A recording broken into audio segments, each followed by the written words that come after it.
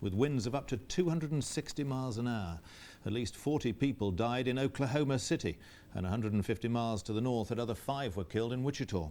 Hundreds more are either missing or injured. And here it is. Even veteran tornado watchers were terrified by this one. Back up, back up. Get me on there. Back up. The largest tornado to hit the Oklahoma plains was almost a mile wide in places, raining blackened debris, spawning winds of more than 250 miles an hour, flattening entire neighborhoods in its wake. We got in the cellar, there was about 15 of us, and you could hear the tornado come over, and the tornado ripped the door off the cellar. It sounded like a big lion was upset out in the wild. Just They call this stretch of prairie country Tornado Alley, but residents and rescuers are unanimous that they've never seen anything like this before. Daylight revealed complete devastation. Houses reduced to firewood, cars crushed, power lines snapped. Here, even a bathtub tossed up into the trees. This is the worst that any of us have known in our lifetimes and our parents' lifetimes. I mean, this is the most calamitous storm we've ever seen, and probably one of the most calamitous storms ever to strike the interior part of the United States. Where's our baby at? Right here, right here. I got it. It's okay. They're fine. Let's go up here. Can you walk? Take her up to the ambulance. Yeah. Put her on that scoop. This young mother shielded her 5-week-old baby when the house fell in on top of them. She was one of many brought out of the rubble today by emergency teams who are still conducting a massive search for survivors. As they worked their way through the remains of people's lives, President Clinton declared parts of Oklahoma and Kansas disaster areas, eligible for urgent federal aid. Local and state officials, fire and police, emergency services, National Guard personnel have already worked through the night and are doing a terrific job of dealing with an incredibly difficult situation. A lot of our fellow Americans have had everything taken from them in those 2 states, and I know that they will be in your prayers. It's all gone. It's all gone.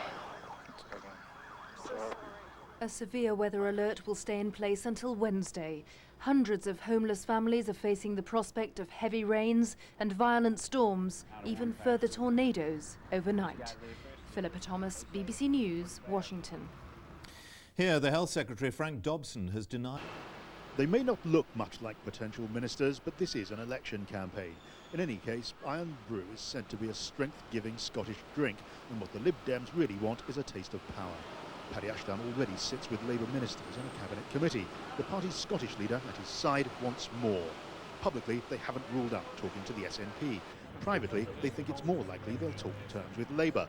Today, the clearest warning so far. There'll be no pact without ministerial jobs in return. We're not going to put ourselves in a position where we're supporting a government programme from the opposition benches and get all the share of the blame when things go wrong and none of the credit when things go right. If it comes to that, if it comes to that no agreement can be struck, we are prepared to sit in the opposition benches, deal with each issue on a case-by-case basis, looking to see what we think is for the good of Scotland. Labour politicians like John Prescott, campaigning in Hamilton today, generally don't like the idea of sharing power with Lib Dems. But under the new voting system, no party looks likely to win outright. For now, Labour's being coy about the possibility of a deal. I don't know what the Liberal Democrats are saying. They haven't been saying it to me. I haven't been talking to them. We've got one aim, and that is victory on Thursday. The SNP are feeling buoyed up by talk of a late surge in support. But if they're to catch Labour, they admit they'll need to rise higher still. They're scornful of the idea of a Lib-Lab coalition. If Labour and Liberal politicians want to carve up the ministerial seats, that's a matter for them. The dialogue I'm having at the present moment is with the people of Scotland. And on Thursday, in massive number, I think the people are going to back Scotland's party. This campaign's not over yet. But there's not much time left, and the Tories will be happy to avoid coming fourth. If there's a coalition, the Tories could be in danger of being marginalised. They see deal-making as going behind the voters' backs. I don't think there's a need for coalition politics. I think there's a need for honest politics in the Scottish Parliament, not these shabby backstairs deals. Let people put forward their policies and let the Parliament vote on them. The voting system for these elections was designed to help the smaller parties. Horse trading and political deals were always on the cards. For now, the parties are talking to the public, not each other. There are still votes to be won and lost before the polls close on Thursday. John Pienaar, BBC News, Edinburgh. After more than 20 years of restoration work, one of the greatest masterpieces of Renaissance art is going back on public view. Leonardo da Vinci's Last Supper was painted on the wall of a monastery in Milan. When it's unveiled at the end of the month, the restored painting will be radically changed. It's already dividing the art world. The BBC's Rosie Millard has had an exclusive preview. The Last Supper was painted here 500 years ago for the refectory of Santa Maria delle Grazie. But due to his experimental fresco technique, it started to flake away almost as soon as Leonardo da Vinci had finished it. Now a marathon restoration has attempted to save one of the world's masterpieces from disappearing completely. The restorers took the radical move of stripping away all the paint from previous conservation attempts. Bare areas of plaster were then painted in with watercolour. The painstaking work revealed formerly hidden detail, says the head of the restoration team, who had to work on the wall using a microscope. Many faces were enlarged, so they had a different physical structure. Some eyes had been rubbed out and painted over with small brushstrokes. Underneath we found the original eyes, the eyes as they were originally painted. As these photos taken in the 1940s reveal, the Last Supper was in dreadful condition. By stripping away centuries of botched restoration attempts, lines which were crude and inexpressive are now delicate and refined. The mural is by no means perfect, and some critics feel too much paint has been removed. Others, however, say it's probably nearer as it was when Leonardo finished it.